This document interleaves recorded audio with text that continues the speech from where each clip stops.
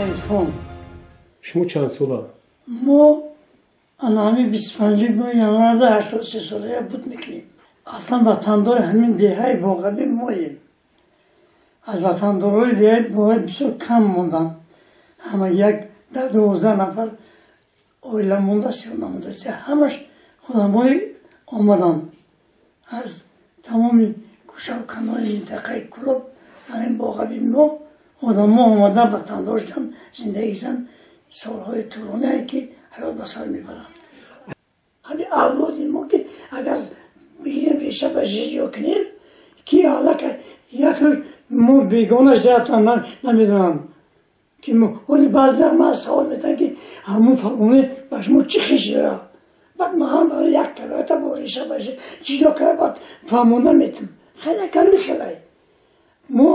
قیبی صاحبی نواسه و حواسه داشته موندیم دیگه اکو همه حواسه که به دیگرش رفتن میگن دیگه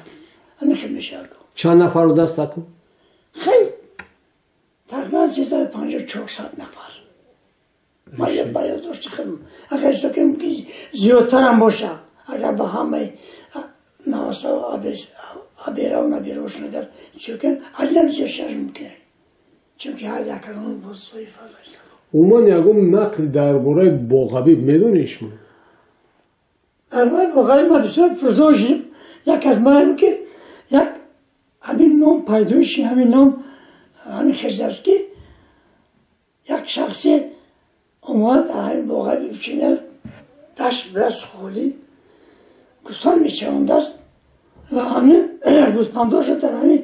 موزه جایی دیهای باغبی بود سرکاش میچهانده است و خوش از همه بری بالایی کوی شکربند رشته همین نگاه میکرد است همه آدم خوش حبیب نام داشته است حبیب هر وقت همینجا آمده در وقتهای در کاری بعد آیسته آیسته او همین منظر معقول در اینجا بخش درخشانده همین دیه که دیه خولی بست همین با یک باغ بگه از همون نقطه نظر همین رو باغ حبیب نموندن این چند سال پیش؟ این از روی گفته ها ممکن یک 300 سال 350 سال پیش همیشه از روی گفته هم افسانه رنگی بوده گذشته که از دهم بدهم تا این زمان راست است همین باغبی ها کیو هم؟ باغبی ها وطندارهای باغبی اولادای بابای حسن دمرده عبدالرحیم خان طلا خان شرمت خان اولادهای رحمتی بوری خان گلنظر بوری گلنظر خدمت سفر خب باز خسرو پیاده زندگی کردن از باغبی باز از خوشیمه یا همین فرزنداش از خیران کردن یو مردم از کجا آمدن؟ همین آدم ها برای از روی معلومات های داده گذشتگی های ما بابا و کلان ما وطندار هستن که در همین جا از کی و زندگی تشکیل کردن نامعلوم لیکن آدم هایی که آمدن و حاضر در اینجا سالهای زیاد زندگی میکن بیشترش از منطقه از طرف شوراباد از طرف درواز از وخیا از دشت جم بعد از راغی از طرف راغ میگم برای در افغانستان که خیلی در همین تهران زندگی میکن همین خلاصه همی که در باغبی خلقهای هر جا آمدگی بسیار هست از همین منطقه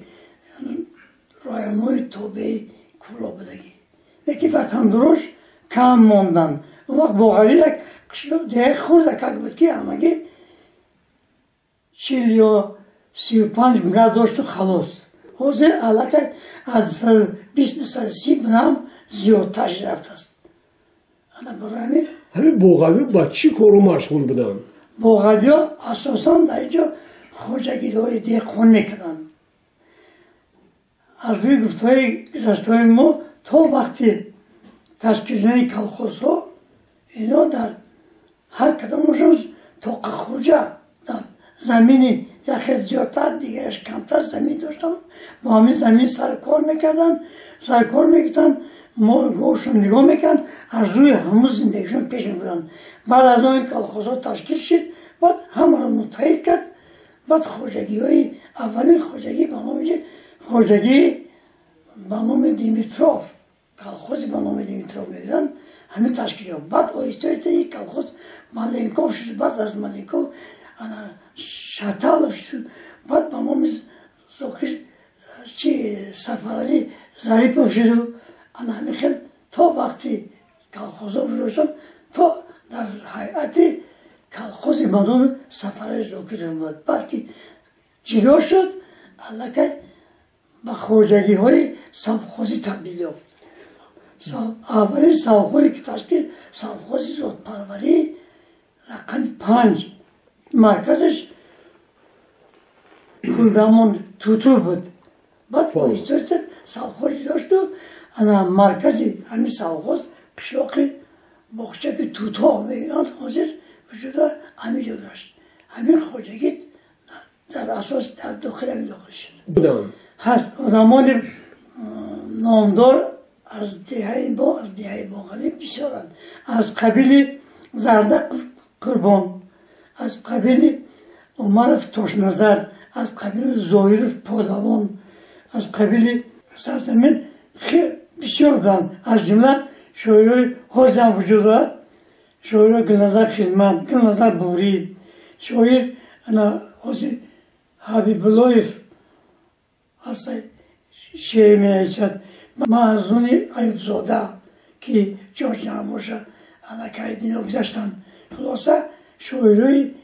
نوقلان شاعرای نامدار هم در این دیگه وجود داشتن محمد خال در حقیقت در باقوی زندگی کرده چند سال خانه و در باقوی بست لیکن اصلا زاده شواباد است حاضر نورلا برات دادر در باقوی زندگی می قطع ایالش محمد خال چند سال باز در عنوان پروفسور هم گرفته است پروفسور هم شست بچهش کسی پدر را دوامتر لایق خالف که در این مقطع با تعلیم دست و یکی از شاهدان من است که من با او درس گفتم حاضر بسیار وقت در تلویزیون برآمد میکرد آواز خوبش و حافظی با